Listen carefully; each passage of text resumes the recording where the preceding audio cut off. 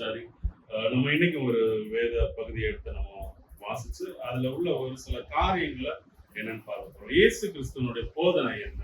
அதாவது புதிய ஏற்பாட்டினுடைய போதனை என்னன்னு சொல்லி ஒரு 10 காரியத்த பார்க்க போறோம்.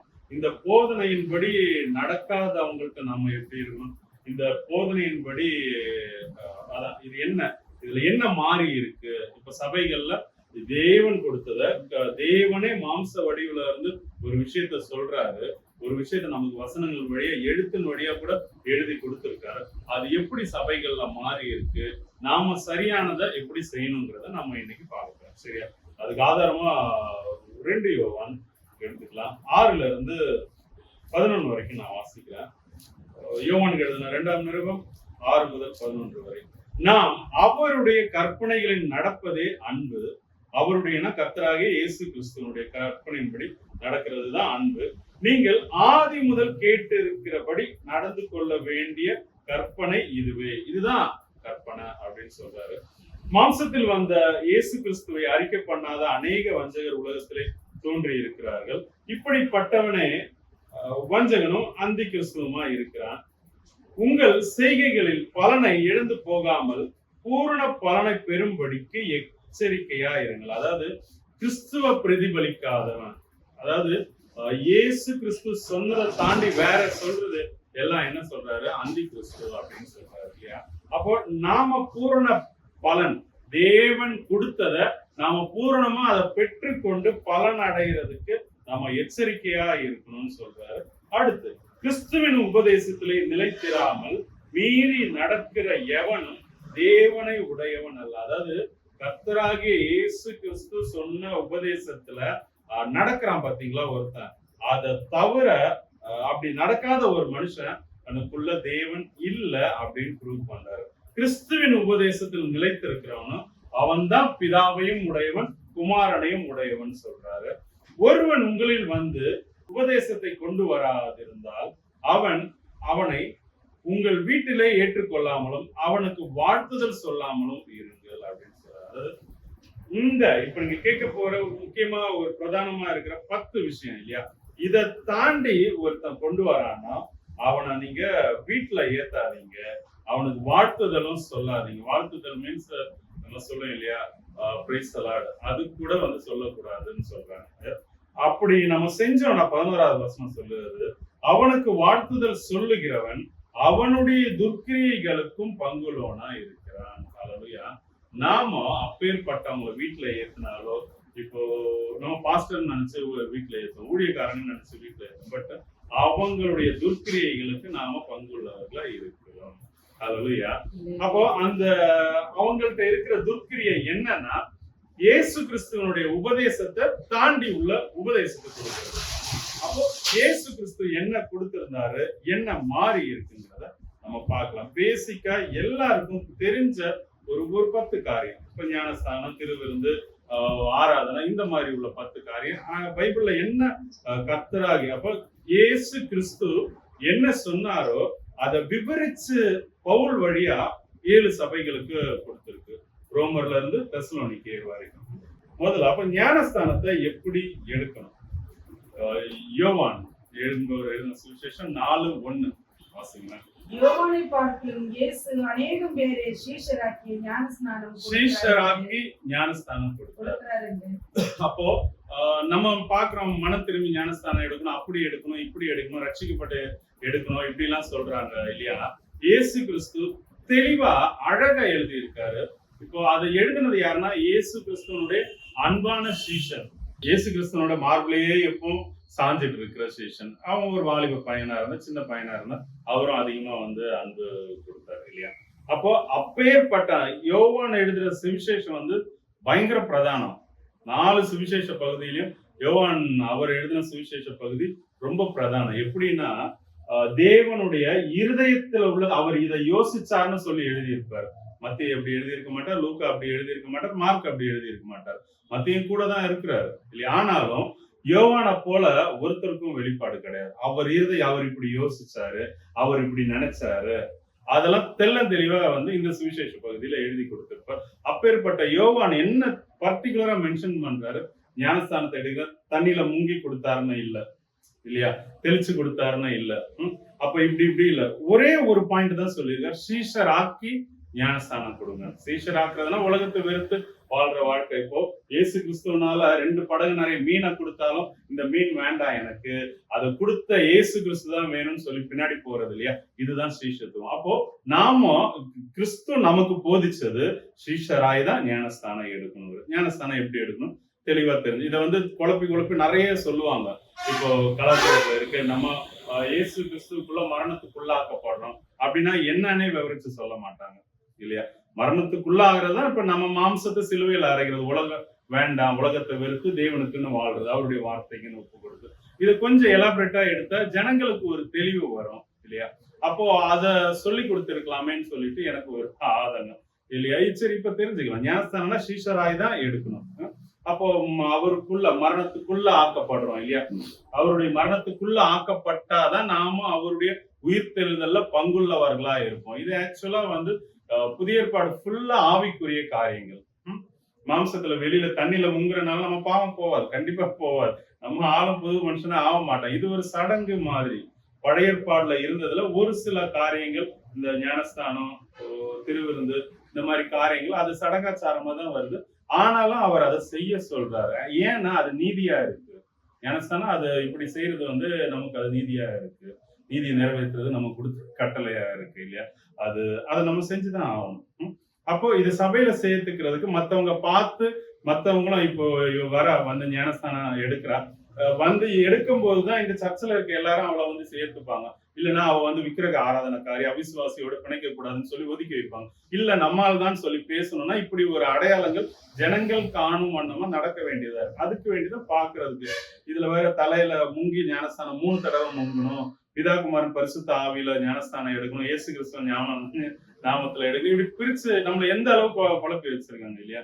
சிம்பிளா மைண்ட்ல வச்சுக்கணும். ஸ்ரீஷராய் தான் ஞானஸ்தானம் எடுக்கணும். அது ஸ்ரீஷர் ஆகுதல்னா என்னன்னா நம்மை சிலுவையில அறையிறது. அப்போ ஒரு மனுஷன் ஞானஸ்தானம் எடுக்கணும்னாலே அதுக்கு முன்னாடி ஸ்ரீஷர் ஆகுறதுக்கு உண்டான உபதேசத்தை அவனுக்கு கொடுக்கணும்.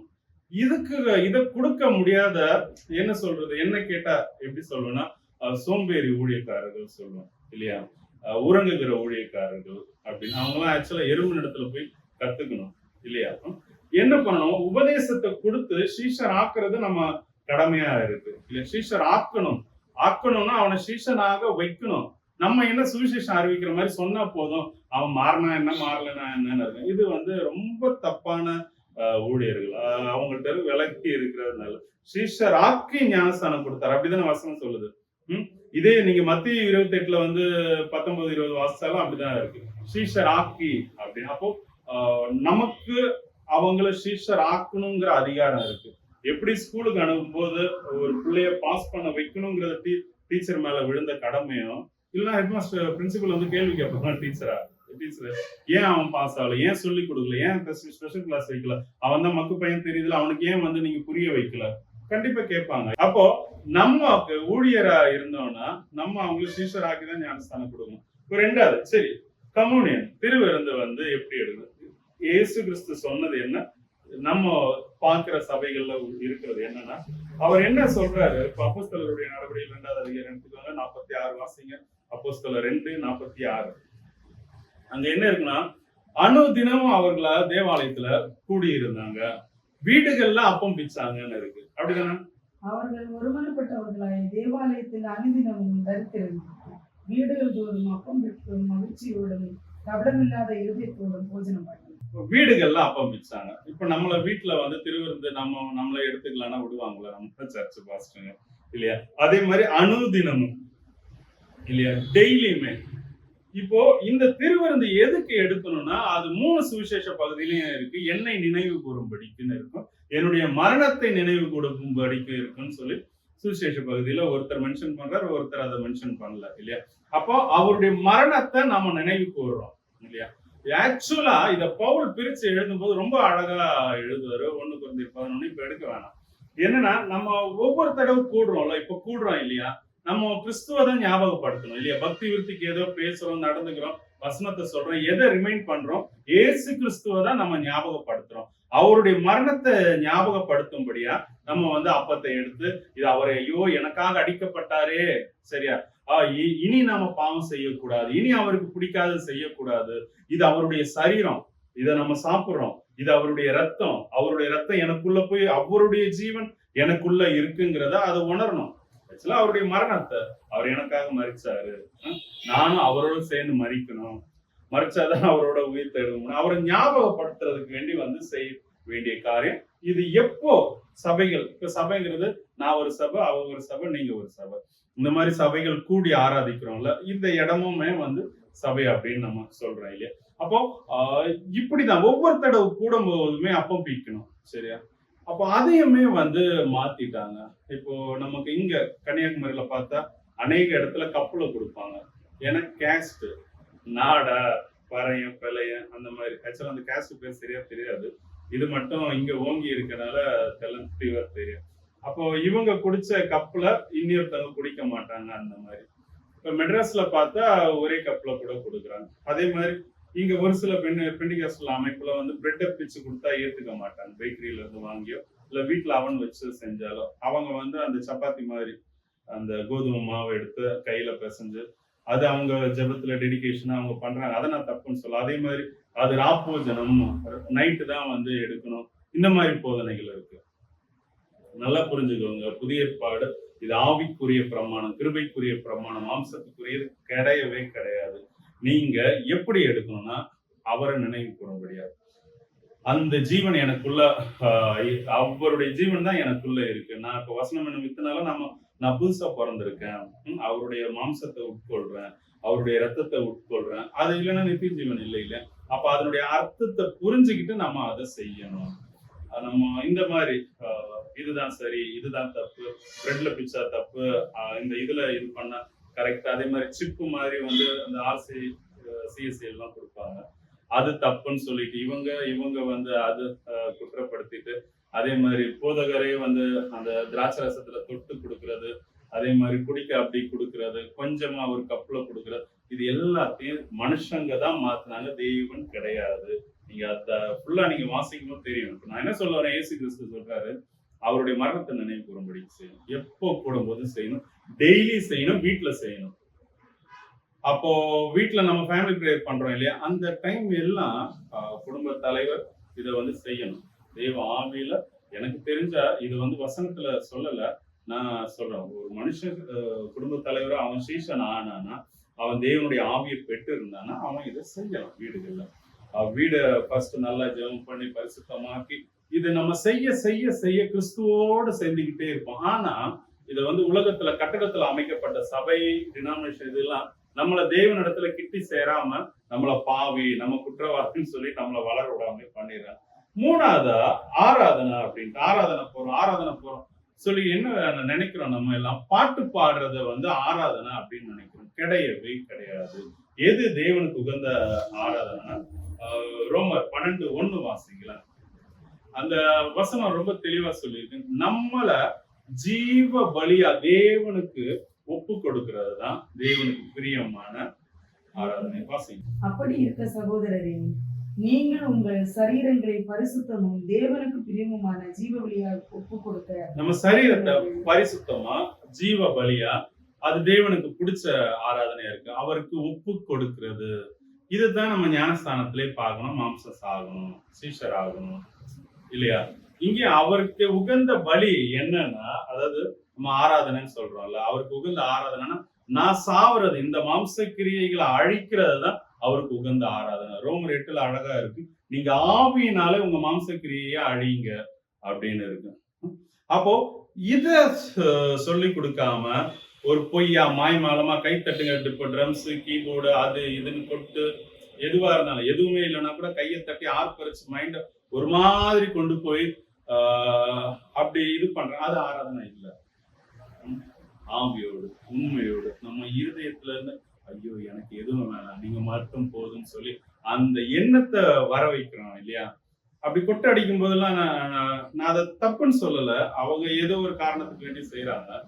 அப்படி போகும்போது கொஞ்ச நேரம் தான் அவங்களால தேவனோட இருக்க முடியும். இல்ல அவங்க உங்களுக்கு வசனத்தை கொடுத்துட்டாங்கன்னு வச்சுக்கோங்களேன், வசனத்தை கொடுத்துட்டாங்க. நீங்க வசனத்தை ஆவியானவர் துணையில வாசிச்சிட்டீங்கன்னா அந்த வசனம் உங்களுக்கு விடுதலை கொடுக்கும். இது பொய்யான ஆராதனை உங்களுக்கு தெரியும். உங்களுக்குள்ள எங்க இருந்தும் ஆராதிக்க முடியும். இப்ப நமக்கு பார்த்தா அநேக அபிஷேகம் பெற்ற ஊழியர்கள், ஊழிய அழைப்பு பெற்ற எல்லாருக்குமே கீபோர்டு போட்டாதான் அவங்களுக்கு ஆவியே நிரம்புது. இது ஃபேக்ட். இது வந்து பொய்ன்னு சொல்ல முடியாது. அதுக்குதான் சர்ச்சுன்னு ஓடுறாங்க. ஆக்சுவலா அவங்களுக்கு என்ன சொல்லி இருக்கணும்? நீங்க எங்க இருந்தும் ஆராதிக்க முடியும். எங்க இருந்தும் உங்களை வந்து அர்ப்பணிச்சு தேவனுக்கு உகந்த வாசனையா மாற முடியும் சொல்லி கொடுத்து இருந்தா அதுதான் கிறிஸ்துவன் உபதேசம் இல்லையா? இது அந்தி கிறிஸ்துவனுடைய உபதேசம் இல்லையா? கிறிஸ்துவனுடைய உபதேசம் அல்லாதது அந்தி கிறிஸ்துவன் வந்து வசனம் சொல்லுவோம். அதுதான் நம்ம இப்ப எடுத்து வாசிக்கிறோம். போதனைகள் எப்படி மாறி இருக்கு. ஆட்டு கூட்டத்துல ஆட்டு தோலை போலயே போத்திக்கிட்டு எப்படி ஓனாய் வருதுன்னு நம்மளும் ஒருவேளை வந்து நீங்களும் இதையே நம்பி இருக்கலாம். இதுதான் ஆராதனை போறோம், ஆராதனைக்கு போறோம் அப்படின்னு சொல்லி உங்களை ஜீவ பலியா கொடுக்கறதுன்னா அது ஆராதனை. அதுக்கு வர போதனை தான் ஆராதனை இல்லையா? இப்ப அடுத்து 4வதா பார்க்கலாம், ஸ்தோத்திரம். இதுவுமே ஸ்தோத்திரம் சொல்லுங்க, ஸ்தோத்திரம் ஸ்தோத்திரம் ஸ்தோத்திரம் ஸ்தோத்திரம் சொல்லுவாங்க. அதனுடைய அப்பாட்டு இன்னொரு இதுல பார்த்தா ஹல்லேலூயா ஹல்லேலூயா ஹல்லேலூயா இந்த வார்த்தை அதிகமா வரும். நானுமே மெசேஜிங் நடுவுல ஹல்லேலூயாங்கிற வார்த்தை எனக்குமே வந்து அதிகமா தான் வரும். இப்போ ரெண்டுமே சிமிலர் வேர்ட்ஸ். அதாவது ஸ்தோத்திரங்கிறது நமக்கு தமிழுக்கு முன்னாடி என்ன இருக்கு? சமஸ்கிருதமா? அந்த வார்த்தைகள்ல இருந்து எடுத்தது ஸ்தோத்திரம். ஹல்லேலூயா வந்து எபிரேய வார்த்தையில இருந்து எடுத்தது. ரெண்டுமே இப்போ இதை பார்த்தா கர்த்தரை துதின்னு சொல்லும். ஹல்லேலூயா கர்த்தரை துதியுங்கள் அப்படின்னு இருக்கு. தாவீது எழுதும்போது கர்த்தரை துதியுங்கள் சொல்லுவார் இல்லையா? அதே போல அது ஹல்லேலூயா. இப்போ நீங்க ஸ்தோத்திரத்தை பார்த்தீங்கன்னா அதேதான், துதிங்க, தேவனை புகழுங்க, தேவனை போற்றுங்க, தேவனுக்கு நன்றி செலுத்துங்கன்னு சொல்லிட்டு இதுதான் ஸ்தோத்திரத்தினுடைய அர்த்தம். இங்க என்ன ஆகுது? இப்போ துதிக்கிறதுனா, இப்போ தேவனை நான் துதிக்கிறதுனா இப்படி இப்படி துதிக்கிறது கிடையாது. நான் அவருடைய புகழ, அவரை உயர்த்தி உங்ககிட்ட சொல்றேன் பாருங்க, அதுதான் துதிக்கிறது. இப்போ என் பையன் நல்லா இருக்கான், நல்ல படிப்பு படிக்கிறான், வெளியூர்ல நிறைய சம்பளம் வாங்குறான்னு சொல்லும்போது அவனை உயர்த்துறது இல்லையா? அவனை உயர்த்தி உங்ககிட்ட சொல்றது அவனை துதிக்கிறது. அதே போல கிறிஸ்து இயேசுவ, நம்மளுடைய பிதாவாகிய தேவனை உயர்த்தி மத்தவங்கள்ட்ட சொல்றதுதான் துதிக்கிறது. ஹல்லேலூயா, சரியா?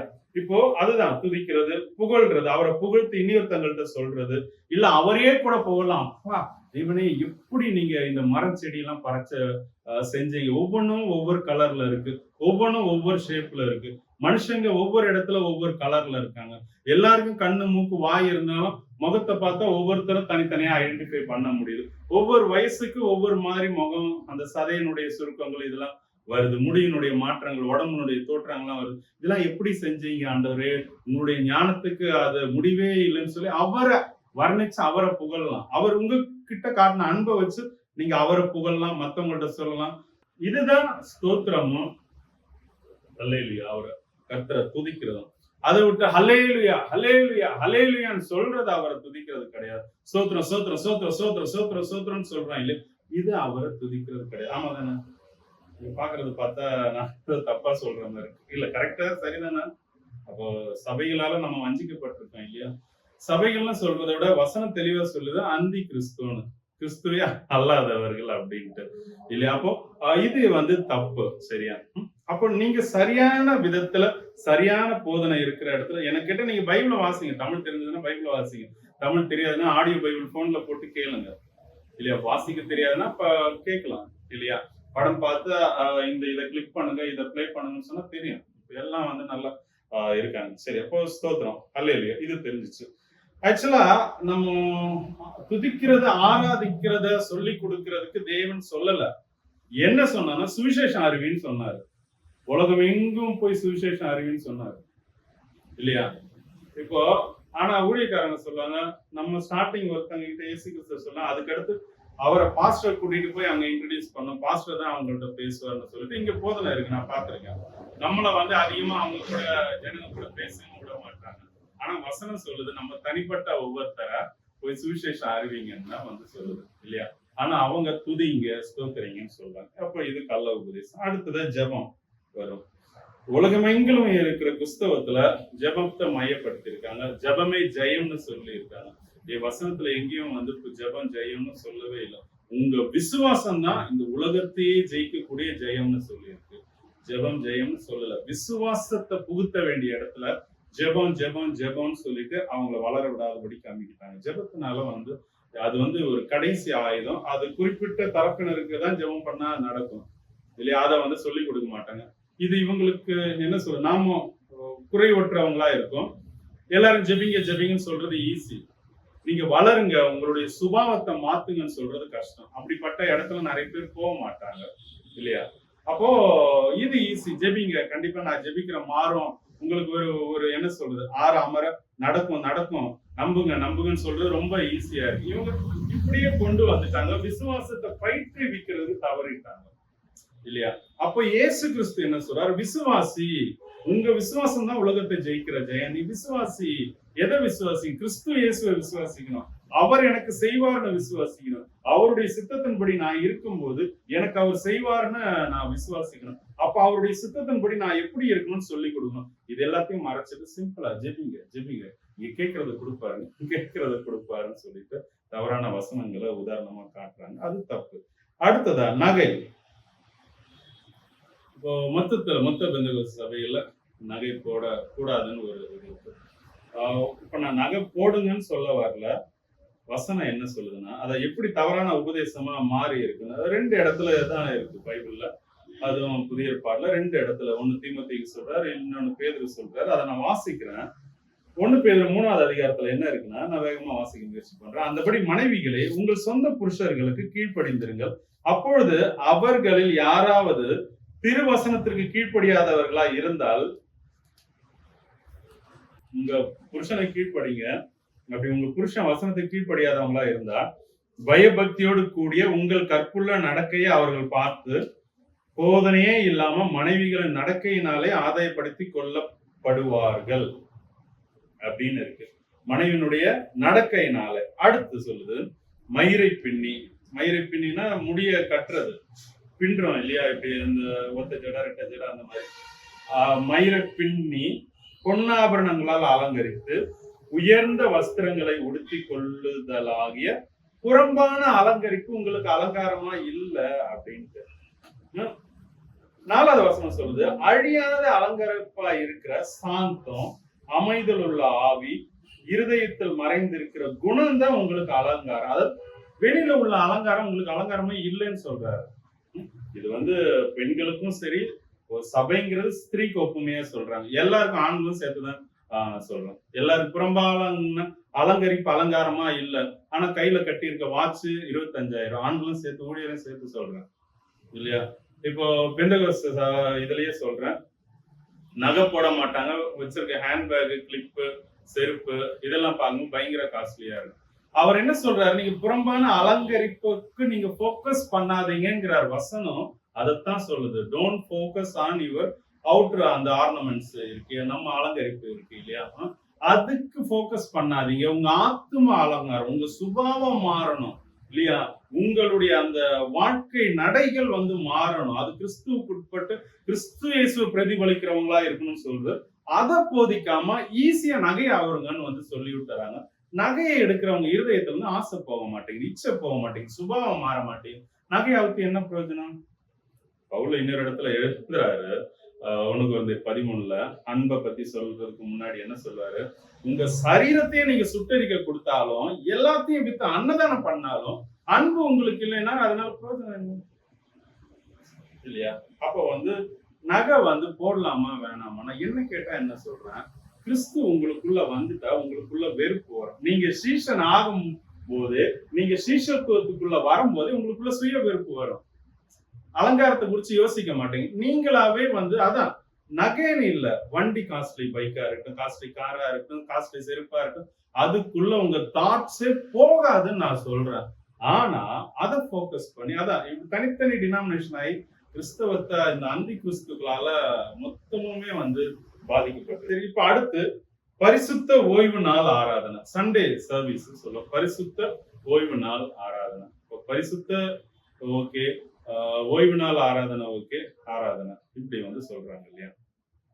ஆக்சுவலா தேவன் மனுஷனுடைய கைகளினால கட்டப்பட்ட ஆலயத்துல தேவன் வாசம் செய்யவில்லை.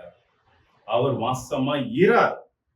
அப்போஸ்தலருடைய நடவடிக்கைகள். நீங்க தான் ஆலயமா இருக்கீங்க. பரிசுத்த ஆவியானவர் தங்கி வாசம் செய்யற ஆலயமா நீங்க தான் இருக்கீங்க. நீங்க தான் தேவனுடைய ஆலயமா இருக்கீங்க. நீங்களே அந்த ஆலயம் சொல்லியிருக்கீங்க, வசனம் போட்டிருக்கு இல்லையா? நீங்கள் ஜீவனுள்ள தேவனுடைய ஆலயம், இயேசு கிறிஸ்துவனுடைய இல்ல, பரிசுத்த ஆவியின் இல்ல, தேவனுடைய ஆலயமாவே இருக்கீங்கன்னு 2 Corinthians 6:16 சொல்லியிருக்கு இல்லையா? தேவன்னா அவர் எல்லாத்துக்கும் மேலானவர். பிதாவாகிய தேவன் வாசம் செய்யற ஆலயம். அப்போ இந்த சரீரத்தை, இந்த எண்ணம், சிந்தனை, செயல், இருதயத்தை எப்படி சுத்திகரிக்கணும்னு சொல்லாம, பரிசுத்த ஓய்வு நாள் ஆராதனை நீங்க சபைக்கு வாங்க, டைமுக்கு வாங்க, யூனிஃபார்ம் போடுங்க, ஒயிட் ட்ரெஸ் போடுங்க, நீங்க வந்து எழுமணும் உட்காரணும், கை தூக்கணும். அது ஒரு என்ன சொல்றது, எனக்கு பார்த்தா ஒரு குட்டி பசங்களை ட்ரீட் பண்ணுவாங்க இல்ல, hands up hands down exercise இது பண்றவங்க எப்படியோ போயிட்டு இருக்கு. முட்டி போடலன்னா அதுக்கு ஒரு குற்றம், கை தூக்கலன்னா ஒருத்தன் சத்தமா அலையிலையா சொல்லணும்னா குற்றம். எங்க போயிட்டு இருக்கு இந்த சபைகள்? கண்டிப்பா தேவனுக்கு நம்ம பதில் சொல்லியே ஆகணும். அவர் ஒவ்வொரு வார்த்தைக்கும் கணக்கு கேட்கிற தேவன் இல்லையா? எங்க போயிட்டு இருக்கு இல்லையா? குடிகள தான் போகுது, நரகத்தை நோக்கி தான் வந்து போயிட்டு இருக்கு. தேவன் சொல்றது என்ன? இது ஆலயம், இதை பார்த்துக்கணும். அவங்க என்ன சொல்றாங்க? நீங்க சர்ச்சுக்கு போங்க, நான் உங்களுக்கு சொல்லித்தரேன், நான் ஜெபிக்கிறேன், இங்க வந்தா எல்லாம் மாறும், இங்க வந்து ஜெபிங்க அப்படின்னு கிடையாது. இங்க உள்ள அப்போ அதுக்குண்டான போதனைகள் இருக்கணும்னு சொல்றாங்க.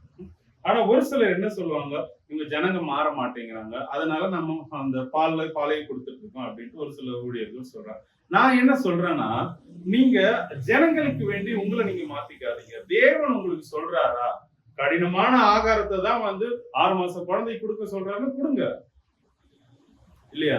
அப்படிதானே? அதை ஜீர்ணிக்க வைக்கிற தேவனுடைய வேலை. அதுக்குள்ள நீங்க தலையிட்டாதீங்க. சரியா? ஆண்டவர் சொல்றது செய்யுங்க. கிறிஸ்துவனுடைய உபதேசம் இதுதான். ஓய்வு நாள் ஆராதனை, அந்த ஞாயிறு ஆராதனை, அதுக்கெல்லாம் வந்து புதிய ஏற்பாடுல இல்ல. அதுக்குதான் நம்ம அப்போஸ்தலர் பாசம் எல்லா நாளும் கூடியிருந்தாங்க. லூக்காலையும் கடைசியில இருக்கும். அவர்கள் டெய்லியும் அவங்க தேவானுடைய ஆலயத்துல தரித்திருந்தாங்க. அப்படி இருக்கும். தரித்திருந்தாங்கன்னா வேலைக்கு எங்கேயும் போல, புரியுதா? சம்பாதிக்கணுங்கிற எண்ணம் இருந்தாதான் வேலைக்கு போகணும் இல்லையா? அவங்க ஒரு துறவிய வாழ்க்கை வாழ்ந்தாங்க. கல்யாணம் ஆனாலும் குழந்தையோட இருந்தாலும் ஒவ்வொருத்தரும் சுய வெறுப்போட துறவிய வாழ்க்கையை வாழ்ந்தாங்க. இதத்தான் சபை போதிக்கணும். அப்படி அவங்க வாழும்போது மற்றவங்களை தூக்கி விடலாம். தங்களுக்கு உள்ளதை வித்து கொடுத்து அவங்கள எழுப்ப முடியும். என்ன போஷிக்கிற ஒருத்தர் இருக்கார், வனாந்திரத்திலே போஷிச்சார் அவரு இல்லையா? நம்ம கண்டிப்பா போஷிப்பார். அந்த விசுவாசம் ஊழியர்களுக்குள்ளேயே இல்லைன்னா அவங்களுடைய உபதேசத்தை கேட்கிற நமக்குள்ளே எங்க வரும் இல்லையா? தேர்ந்த சீசன் குருவை போல இருப்பான். இந்த குருக்களுக்கே விசுவாசம் இல்லாம இப்படி வழி நடத்தும் போது குருவை தாண்டி எந்த சீசனாலையும் போக முடியாது இல்லையா? அப்போ நான் என்ன சொல்றேன், சர்ச்சுக்கு போக வேணாம் சொல்ல, தேவனுடைய வசனத்துல நிலைச்சிருங்க. இந்த மாதிரிப்பட்ட ஊழியர்கள் உள்ள சபைகளுக்கு போகாம வசனத்துல இரவும் பகலும் தியானமா இருங்க. ஆனா இவங்க சொல்றதை என்கிட்ட வந்து கேளுங்க. ஆனா வசனத்துக்கு நான் டவுட்ஸ் கரெக்டா சொல்லி தர மாட்டாங்க. நம்ம பின்னாடி பார்ப்போம். சரி, ஓய்வு நாள் ஆராதனை அது மொத்தத்துல தப்பு, நீங்களே ஆலயம்னு சொல்லியிருக்கு, நம்ம தான் மாறணும், நம்ம தான் உள்ள இருந்து தான் ஆராதிக்கணும். சரி, இப்ப அடுத்து விசுவாசி விசுவாசி விசுவாசின்னு சொல்லுவாங்க. பட் இதுல பைபிள்ல என்ன சொல்லி இருக்குன்னா, 1 பேதுரு 2:9 சொல்லி இருக்கு, நம்மள எல்லாம் ராஜரீகமாக அவருடைய அந்த காலத்துல இருந்து நம்மள ஒளியின் இடத்துல கொண்டு வந்த இயேசு கிறிஸ்துவனுடைய புண்ணியங்களை அறிவிக்கும்படி தெரிந்து கொள்ளப்பட்ட ராஜரீகமான ஆசாரிய கூட்டம்னு சொல்லி இருக்காரு. வெளிப்படுத்துற விசேஷம் 1:6 பார்க்கும்போது, பிதாவுக்கு முன்னாடி இயேசு கிறிஸ்து நம்மளை வந்து ராஜரீகமான ராஜாக்களும் ஆசாரியர்களுமா கொண்டு நிறுத்தி இருக்காருன்னு இருக்கு. நாம ஒரு ஆசாரியர்கள் என்பதை சொல்லி கொடுக்கவே மாட்டாங்க. நம்ம விசுவாசி விசுவாசி விசுவாசின்னு சொல்லி நம்மளை வளரவே விட மாட்டாங்க. நம்ம என்னைக்காவது போய் கேட்டிருக்கோம் நம்ம போதகர்கிட்ட, இப்ப நான் விசுவாசின்னு சொல்றீங்களே, விசுவாசிக்கிறவர்களால உண்டான அடையாளமா இருக்கு, அவங்க பிசாசை துரத்துவாங்க, சுகப்படுத்துவாங்க இல்லையா? அப்ப என்ன விசுவாசின்னு சொல்றீங்களே, நான் 10 வருஷமா உங்க சபையில தர வரேன், எனக்குள்ள நான் ஜெபிச்சா பிசாசு போக மாட்டேங்குது, எனக்கே போராட்டமா இருக்கு. அப்ப நீங்க என்ன வழி நடத்துறீங்க? இந்த ஆத்மாவுடைய உத்தரவாதி சபை போதகர் தான். கரெக்ட் தானே? அப்ப அவங்கதான். இப்ப நம்ம ஸ்கூல்ல ஒரு பையனை அனுப்புறோம், பையன் படிக்கலன்னா டீச்சரை போய் நம்ம கேள்வி கேட்கிறோமா? ஸ்கூல் மேலே கேஸ் போடுறோம் இல்லையா? கேஸ் போடுறோம். ஸ்கூலு காலேஜ் கேஸ் போடுறதுக்கு நமக்கு we have rights இல்லையா? அவன் பையனை படிக்க வைக்க வேண்டியது அவங்க பொறுப்பு. அப்போ சபைக்கு போறேன், 5 வருஷம் போறேன், எனக்குள்ள மாற்றம் வரல, எனக்கு புருஷன் மாறல. நீங்க தானே சொன்னீங்க சர்ச்சுக்கு வாங்க, நான் தான் வரேன்னு, என் புருஷன் மாறலையே, ஏன் கேட்கணும் இல்லையா? இப்போ இங்க ஊழியரா மாத்த வேண்டிய இவங்க விசுவாசின்னு சொல்லி ஜெபிக்க வச்சிருக்காங்க. ஏன்னா ஒருவேளை இவங்களுக்கு இந்த வசனம் தெரியாம போகுதோ என்னமோ. நீங்க தெரிஞ்சவங்களுக்கு ஷேர் பண்ணுங்க. உங்களுக்கு இந்த வசனத்தின் வழியா ஆண்டவர் பேசியிருந்தா மத்தவங்களுக்கு ஷேர் பண்ணுங்க. இன்னும் 2 பாயிண்ட்ஸ் இருக்கு. சரியா? அந்நிய பாஷை சபைகள்ல பேசுறது இது ஒரு பெரிய இஷ்யூவா இருக்கு இல்லையா? இப்போ எனக்குமே தவறி வரும் மீன்ஸ் கூடி இருக்கிற இடத்துல அந்நிய பாஷை பேசக்கூடாதுன்னு அதை நம்ம பார்ப்போமா? 1 யோவான் 14. இப்போ ஒரு சில வீடுகள்ல அவங்க சுதந்திரமா பேச முடியாது, அதனால சபைகள்ல ஒரு வாய்ப்பு கொடுக்குறாங்க. அது ஓகே. அது சபையில நீங்க தனியா அந்நிய பாஷை பேசுங்கன்னு சொல்லலாம். தனியா ஜெபிக்கும் போது தனியா சத்தமா கூட அந்நிய பாஷை பேசலாம். யாரும் இது பண்ண விட. சரி, அந்நிய பாஷைக்கு போக்கஸ் பண்றாங்க இல்லையா? பட் ஆனா தேவன் அந்நிய பாஷைக்கு போக்கஸ் பண்ணல. 1 கொரிந்தியர் 14. இதுல ஒரு சில வசனங்கள் இருக்கு. நான் வேகமா வாசிக்க முயற்சி பண்றேன். 1 கொரிந்தியர் 14:2 சொல்லுது, அந்நிய பாஷையில் பேசுகிறவன் ஆவியிலே ரகசியங்கள் பேசுகிறான், அவன் பேசுகிறதை ஒருவனும் அறியாதிருக்கிறபடியால். அந்நிய பாஷையில ஒருத்தன் பேசுறான், நான் பேசுறேன்னா உங்களுக்கு புரியாது இல்லையா? அப்படி அறியாத அவன் பேசுறதுனால அவன் மனுஷன்கிட்ட பேசல, தேவன்கிட்ட பேசுறான். அந்நிய பாஷைங்கிறது யாரு? தேவனிடத்துல பேசுறான். 1. அடுத்து 4வது வசனம், அந்நிய பாஷையில் பேசுகிறவன் தனக்கு பக்தி விருத்தி உண்டாக பேசுறான். எனக்கு பக்தி விருத்தி உண்டாக நான் தேவனிடத்துல பேசுறேன். இதே என் சர்ச்சில் பேசணும், வீட்டுல அதிகாலை ஜெபத்துல பேசணும், இல்ல பர்சனல் ப்ரேயர்ல பேசலாம். பர்சனல் ப்ரேயர்ல எப்பவும் தேவனோட சஞ்சரிக்கிறதுக்கு அந்நிய பாஷைய பேச வைக்க வேண்டியது ஊழியருடைய பொறுப்பு. அது செய்யாம சர்ச்சில் பேசி சர்ச்சில் அந்த கொட்டடி சத்தம் இதுல பேசுற இந்த அட்மாஸ்பியர்ல அந்நிய பாஷை பேசுறவங்களுக்கு தனியா இருந்தா வராது. தனியா இருந்தா என்ன வரும்னா அங்க பேசின அதே வார்த்தைகள் அதே சென்டென்ஸ் தான் வரும். மற்றபடி அந்நிய பாஷை வரவே மாட்டேங்குது. நிறைய பேர் சொல்லியிருக்காங்க, அதனால சொல்றேன். இப்ப அடுத்த 5வது வசனம், ஆகிலும் அந்நிய பாஷையில் பேசுகிறான் சபைக்கு பக்தி விருத்தி உண்டாகும்படிக்கு அர்த்தத்தை சொல்லாவிட்டால். நம்ம சபையில 2-3 பேர் கூடி இருக்க இடத்துல அந்நிய பாஷை பேசுறோம்னா நம்ம அதுக்கு அர்த்தம் பேசுறது ஒய்ஃப் பேசுவாங்க, ஆனா அதை விளக்கி சொல்லுவாங்க. அந்நிய பாஷை பேசுவாங்க, அதுக்கு அடுத்து அதனுடைய அர்த்தம் இதுதான் பேசுவாங்க. அப்போ அந்த அந்நிய பாஷை பேசுற நேரம் நிறைய வசனம் இருக்கு, குறிச்சுக்கோங்க. 6வது வசனத்துல இருக்கு, 9, 13, 19, 20, 22 வசனங்கள் இருக்கு. நீங்க போய் வாசிங்க, ஈஸியா புரியுது. நான் சொல்றேன், அந்நிய பாஷை பேசும்போது இப்ப எனக்கு தெரிஞ்சு நான் அந்நிய பாஷை பேசும்போது நான் தேவனோட பேசுறேன். என்ன பேசுறேங்கிறது ஆவியில உணர முடியும். அது ஒரு படமாவோ காட்சியாவோ ஒரு சிந்தனையின் வழியாவோ என்ன பேசுறேன்னு தெரியும். இப்போ நான் என்னுடைய மனது ஒரு மனதா தேவனோட, அவர் என் கூட ஒரு சில காரியத்தை சொல்லி கொடுப்பார். அதை புரிஞ்சுக்கிட்டு அது அவர் என்ன சொல்றாரு, இப்ப உங்களை பத்தி சொல்றாரு, இல்ல ஜெபிக்கவோ துதிக்கவோ உங்களை இதை செய்யணும்னு சொல்லிட்டு நான் இப்ப ஆண்டவரோட மனசுக்குள்ளேயே வாயை திறந்தோ அந்நிய பாஷை பேசும்போது சொல்லுவார். அதை உங்களை அடுத்து பார்க்கும் போதோ இல்ல ஜெபம் முடிச்சுட்டோ போன் பண்ணும்போது சொல்லுவேன். இப்ப ஒரு சிலர் இப்போ ஒய்ஃப் மாதிரி இருக்கவங்க, அவங்களுக்கு ஜெபத்துல நார்மலா அந்நிய பாஷை வரும். அதே மாதிரி அந்நிய பாஷை தேவனோட பேசும்போது தேவன் ஒரு சில வெளிப்பாடு கொடுப்பார், அவர் ஒரு சில காரியங்கள் பேசுவார். அதை அப்படியே அதை ரிவீல் பண்ணி சொல்றாங்க இல்லையா, இன்டர்பிரேட் பண்ணி சரி. அப்படி சொல்றது அது உங்களுக்கு புரியும், யூஸ்ஃபுல்லா இருக்கும். அந்நிய பாஷை பேசினாலும் இது இப்ப நான் அந்நிய பாஷை பேசுறேன்னா எனக்கு அது விளக்கமா தான் தெரியுது இல்லையா? அப்ப நான் பாக்குறேன், எனக்கு புரியும், ஆனா அதை சொல்ல தெரியாது. எனக்கு அவளுக்கு நல்லா தெரியும், எனக்கு புரியும், ஆனா மத்தவங்களுக்கு அதை எப்படி சொல்லணும்னு எனக்கு தெரியாது. அந்த நேரத்துல அவர் உணர்த்தும் போது இது பண்ணணும். சரியா? அப்போ அப்படி இருக்கிறவங்க பேசலாம். அந்நிய பாஷையினுடைய அர்த்தத்தை சொல்ல தெரியலன்னா சபைக்குள்ள பேசாதீங்கிறார். அந்நிய பாஷை ஆனா எல்லாரும் பேசணும், கண்டிப்பா தேவனோட பேசுற ரகசியம் பேசுறேன்னு சொல்லி இருக்கு. அது ஏன்னா யாருக்கும் புரியல. அப்ப என்ன பண்றான், தேவனோட ரகசியம் பேசுறான். இங்க கீழே வசனம் இருக்கு, என்னன்னா எந்த ஒரு பாஷைக்குமே அர்த்தம் இல்லாம இல்ல, ஆனா அந்நிய பாஷை பேசுறவங்க அவங்களுக்கே புரிய மாட்டேங்குது. என்னன்னா ஒரு மாய்மாலத்துக்குள்ள போய் இவங்க பேசுற வார்த்தை வாயில பேசும், இவங்களுடைய சிந்தனையில தேவன் இருக்க மாட்டார். வேற ஒரு மூட்ல பேசிட்டு இருக்காங்க, அது தவறு. சபையை அப்படி வழி நடந்தது. வசனம் என்ன சொல்லுதுன்னா, நீங்க தீர்க்க தரிசனம் சொல்றதுக்கு முயற்சி பண்ணுங்க, அதை நாடுங்க, ஞான வரங்களை நாடுங்க, தீர்க்க தரிசனம் சொல்றத அதை இது பண்ணுங்கன்னு சொல்றாரு. அப்ப நீங்க இதுக்கு ஆசைப்படணும். அது தீர்க்க தரிசனம் எப்படி சொல்றதுன்னே உங்களுக்கு யாருமே சொல்லி கொடுத்துருக்க மாட்டாங்க இல்லையா? நான் இப்ப சொன்னேன் இல்லையா, இப்ப பாக்குறேன் தரிசனம் ஒண்ணு பாக்குறோம், இதை எப்படி பிரிச்சு எப்படி நம்ம ஜனங்களுக்கு சொல்லணுங்கிறத சொல்லி கொடுத்துருக்க மாட்டாங்க. இப்போ உங்களுக்கு சொல்லி கொடுக்க எனக்கு தெரியும், கத்து கொடுத்துருக்காருன்னு வச்சுக்கோங்க. இப்ப நம்ம ஒரு மேகத்தை பாக்குறோம், மேகம் இப்படி இப்படி இருந்தா அதனுடைய அர்த்தம் இது.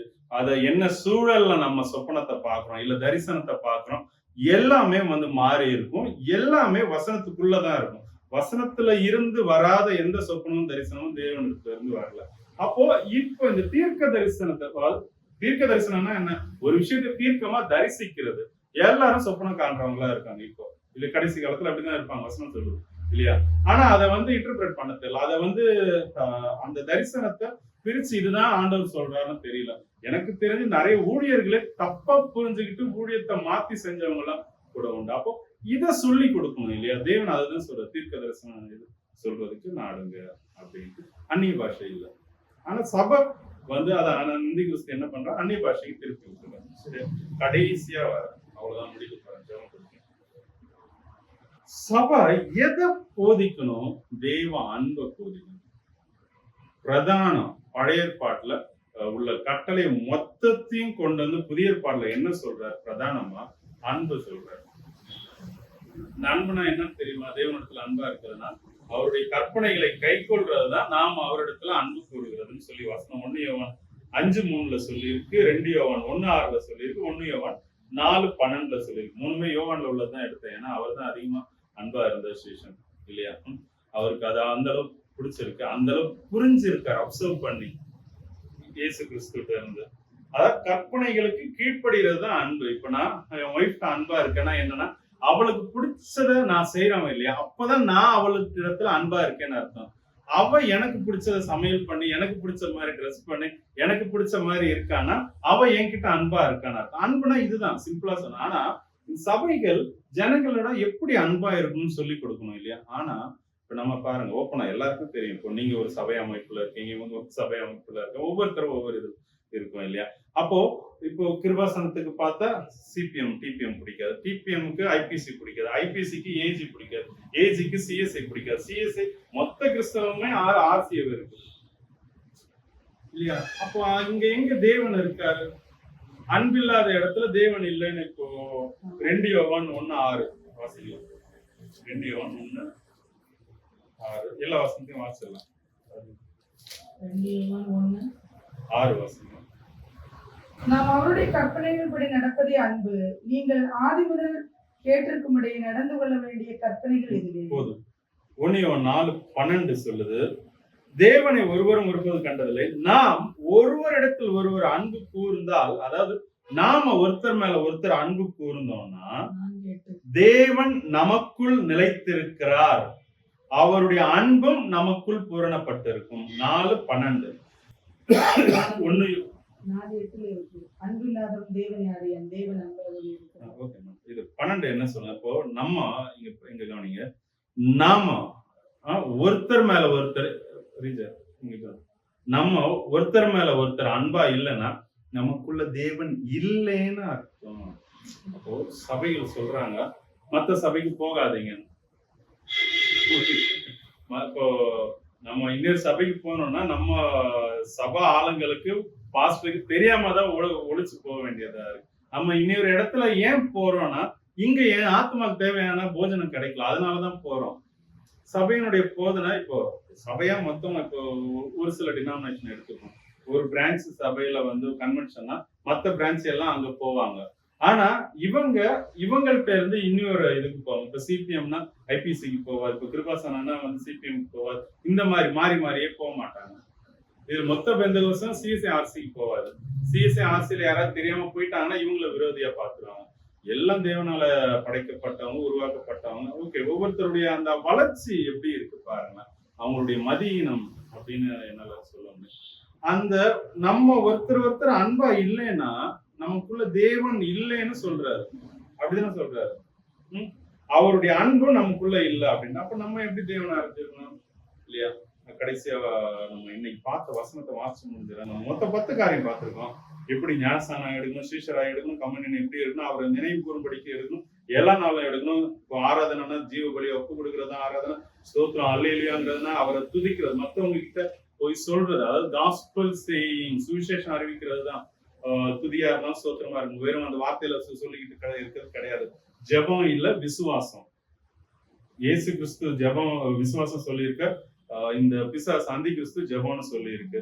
இயேசு கிறிஸ்து வந்து ஆத்ம அலங்காரத்தை அதை போக்கஸ் பண்ண சொல்லி இருக்காரு. அந்தி கிறிஸ்து நகையா வரும்னு சொல்லுது. இப்போ இயேசு கிறிஸ்து வந்து நீங்க தான் ஆலயம்னு சொல்லி இருக்கு. அந்தி கிறிஸ்து வந்து ஓய்வு நாள் ஆராதனை சபைக்கு வாங்கன்னு சொல்லி தேவன் வந்து நம்மள ஆசாரியர்களா வந்து பாக்குறாரு. அப்படிதான் வச்சிருக்காரு ராஜரீகமான அப்படி ஒரு கூட்டமா தான். ஆனா வந்து அந்தி கிறிஸ்து என்ன சொல்ல, நான் நீ விசுவாசி அப்படின்னு சொல்லுவோம். தேவன் தீர்க்க தரிசனத்துல கான்சென்ட்ரேட் பண்ண சொல்றாரு. ஆனா அந்தி கிறிஸ்து அந்நிய பாஷையில கான்சென்ட்ரேட் பண்ண சொல்லுவோம். தேவன் அன்பா இருங்கன்னு சொல்றாரு. அந்தி கிறிஸ்து வந்து பிரிஞ்சு இருங்கன்னு சொல்லுவோம். மத்த கூட சேராதீங்கன்னு சொல்றாங்க. அல்லேலூயா. இந்த வசனத்தை மட்டும் நான் வாசிட்டு ஓடிடுறேன். 6-10 இல்லையா, 9, 10, 11 மட்டும் வாசிக்கிறேன். கிறிஸ்துவின் உபதேசத்தில் நிலைத்திராமல் மீறி நடக்கிற எவனும் தேவனை உடையவன் அல்ல. கிறிஸ்துவின் உபதேசத்தில் நிலைத்திருக்கிறவனோ பிதாவையும் குமாரனையும் உடையவன். ஒருவன் உங்களிடத்துல வந்து இந்த உபதேசத்தை கொண்டு வராமல் இருந்தால் அவனை உங்கள் வீட்டில ஏற்றுக்கொள்ளாமலும் அவனுக்கு வாழ்த்துதல் சொல்லாமலும் இருங்கள். அவனுக்கு வாழ்த்துதல் சொல்லுகிறவன் அவனுடைய துர்க்கிரியைகளுக்கு பங்குள்ளவன். அப்போ இப்போ என் வழியா உங்களுக்கு போதிக்கப்பட்ட இந்த 10 காரியத்தை செய்கிறவங்க சர்ச்சுக்கு போனீங்கன்னா அவங்களுடைய துர்க்கிரியில உங்களுக்கு பங்கு உண்டு. இப்பேற்பட்ட வீட்டுல சேர்த்துட்டா வாழ்த்துதல் சொன்னாலும் அவங்களுடைய துர்க்கிரியைகளுக்கு அவங்களுக்கு வரப்போற ஆத்மீய தீர்ப்புக்கு நாம பங்குள்ளவர்களா இருக்கிறோம். புரிஞ்சிருக்குன்னு நினைக்கிறேன். ஏதாவது டவுட்ஸ்னா கண்டிப்பா கேளுங்க. ஃபோன் நம்பர் இருக்கு, ஃபோன் பண்ணுங்க. கர்த்தர் தாமே இந்த வார்த்தையின் வழியாக உங்களை ஆசீர்வதிப்பாராக.